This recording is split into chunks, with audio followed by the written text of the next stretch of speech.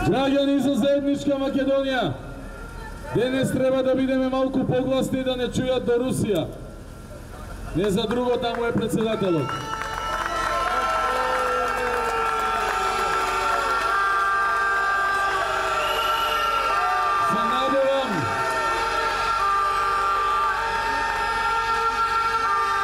Се надевам дека дури е таму ќе размени мисли со колегите околу еластичност на кичма и попуштање пред притисок од надвор.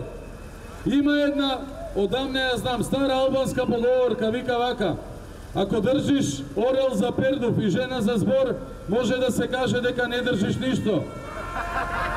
Не се согласувам со делот за жената, орел никогаш не сум држал во рака, нити пак сакам, ама знам дека ако го држиш за збор, човекот кој каде и да оди го зборува она што мисли дека тие таму сакаат да го чујат, не држиш ништо.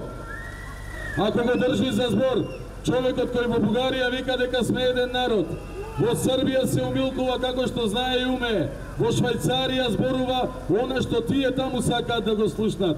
Може да кажеш дека не држиш ништо, без оглед на сите пишани гаранции кои би дошле од него. Затоа порачуваме, председателе Иванов, знаеме дека имате некои работи кои по службена должност морате да ги обавите. Исто како што и службен вестник мораше да објави една фалсификата одлука по службена должност. Меѓутоа, водете сметка за зачувување на суверенитетот на Република Македонија и за унитарноста на оваа земја.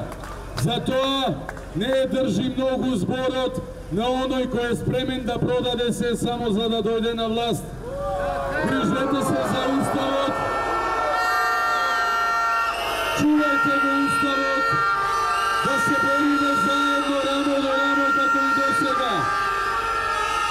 Доколку вие не не оставите сами, нема ни ние да ве оставиме.